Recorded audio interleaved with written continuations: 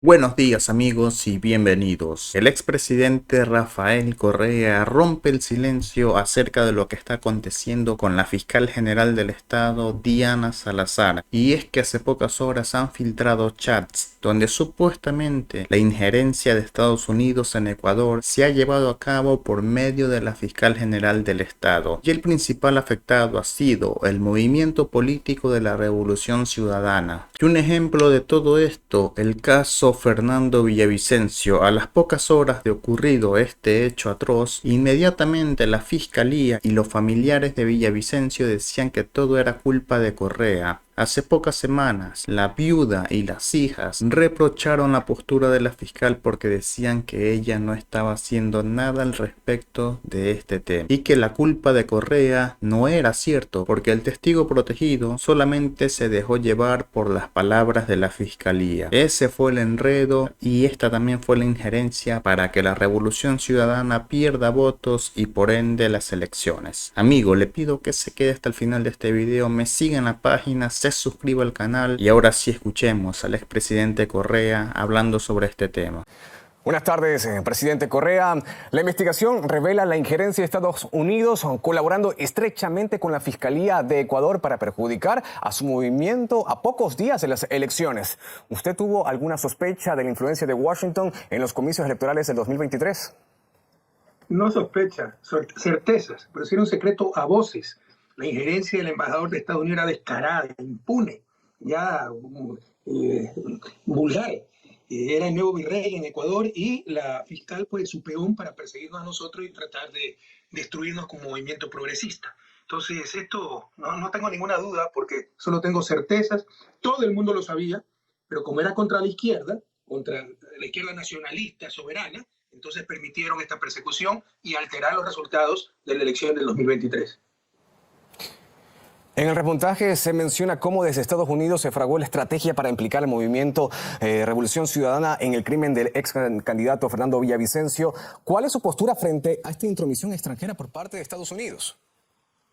Pero ¿cuál va a ser la postura? De indignación, pero esta es solo una parte de la historia que ha sufrido Ecuador en los últimos años y que ha destrozado al país. Empezaron persiguiéndome a mí para inhabilitarme políticamente, quitarme derechos políticos, condenarme a 8 años de prisión por un caso forjado, para evitar que yo regrese al país, que sea candidato. No solo me roban mi reputación, mi libertad, mis derechos políticos, sino que le roban la democracia al pueblo ecuatoriano, porque le impiden la opción de elegir a quien ellos quieran, ¿no? En el 2021 armaron un caso no similar, pero otro escándalo, de que nos había financiado el Ejército de Liberación Nacional de Colombia, hicieron videos que luego se descubrieron que habían sido montajes hechos en la selva ecuatoriana, porque se oyeron ruidos de paro que no existen en la selva colombiana, pero la fiscal fue hasta Colombia a reunirse con el fiscal colombiano. El fiscal colombiano vino para hacer el show. Eso nos perjudicó en las elecciones del 2021. Hay elecciones anticipadas en el 2023. Íbamos a ganar en una sola vuelta, porque pese a 8 años de persecución brutal, seguimos siendo de lejos la principal fuerza política del país. Y 9 días antes de la elección asesinan a un candidato acérrimo enemigo nuestro porque era informante de Estados Unidos y era un tipo corrupto, todo el mundo lo sabe, ¿no? Cobraba por lo que decía, cobraba por lo que callaba, pero ahora se conoce también que era informante de Estados Unidos y nos culpa a nosotros, la fiscalía.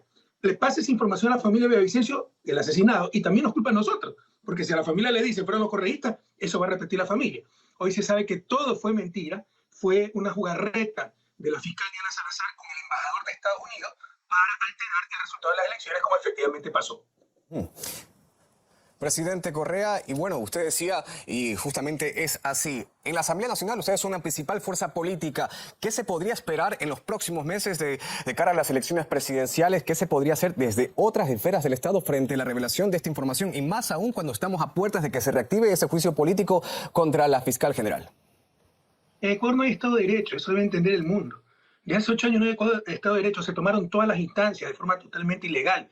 Corte Constitucional, Superintendencia, Consejo de Judicatura, jueces, fiscal, Contraloría. Entonces, esto van a tratar de mantenerlo en la impunidad, con la complicidad de la prensa hegemónica, que es la principal actora en estas cosas. Y estos no son hechos aislados, ¿eh? Esto es una estrategia regional. En América Latina no hay coincidencia, como en los 70, las dictaduras militares no es que eran coincidencia, era un plan articulado, el plan Cóndor.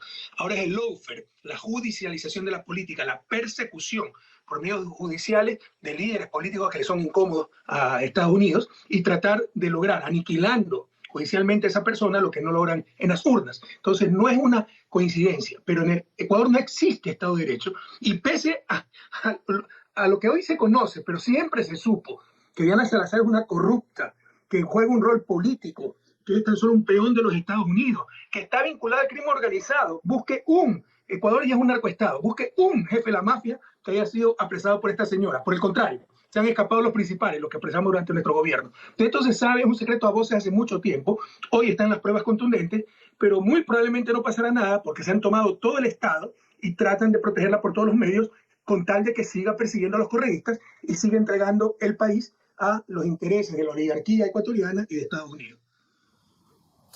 Y como lo decíamos, también hay este juicio político en contra de la fiscal general de Ecuador, Diana Salazar.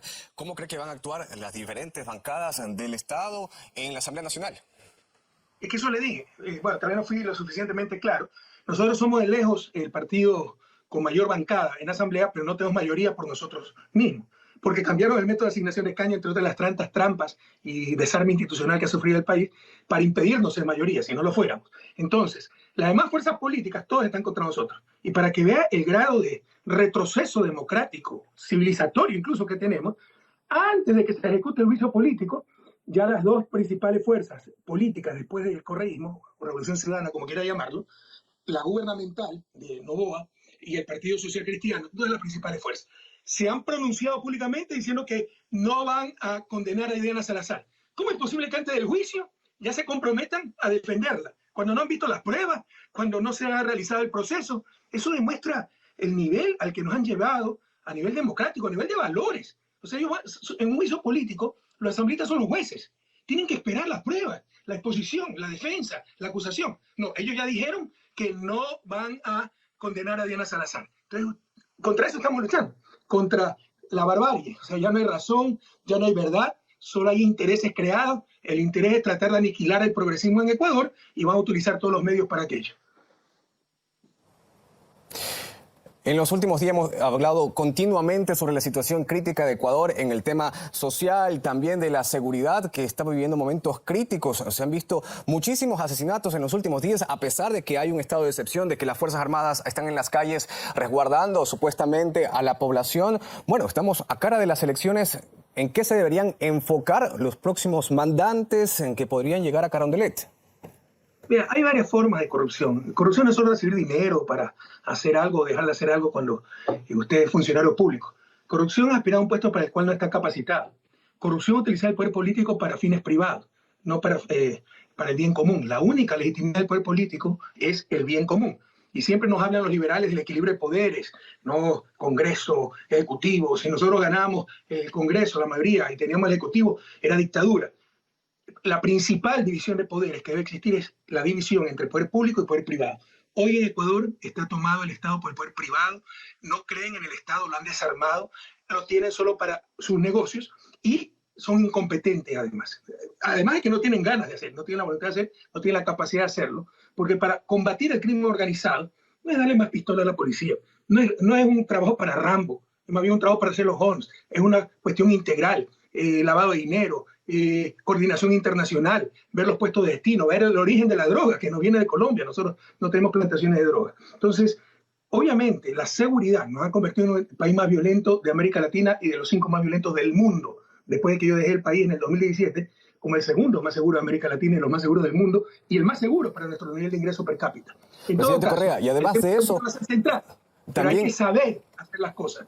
Y también es el problema social, porque se puede decir que están armando, por ejemplo, las Fuerzas Armadas y la policía con más armamento en las calles, con más protección, pero ¿qué pasa con la situación social de la población? Pero ni siquiera eso es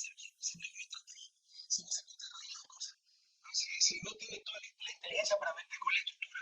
Captura a un jefe mafioso que no lo han capturado y hay 10 más que lo van a reemplazar. Entonces se requiere toda la estructura, se requiere trabajo de inteligencia, como le decía, coordinación internacional, y eso brilla por su ausencia. Y por supuesto, se requiere desarrollo humano. Ese fue siempre nuestro principio. Seguridad, no basada en pistolas más grandes para policía, más represión. Seguridad basada en desarrollo humano, educación, salud, oportunidades para todos y todas. Eso ya no existe en Ecuador. Entonces hay un caldo de cultivo, ¿no? Hay un ambiente muy propicio para que estas mafias incluso tengan apoyo popular. porque los jóvenes que no pueden ni estudiar ni trabajar encuentran una alternativa de ingreso y de poder incluso en estos grupos mafiosos. Muchísimas gracias, presidente Correa, por estar con nosotros hablando sobre la situación crítica que vive el Ecuador.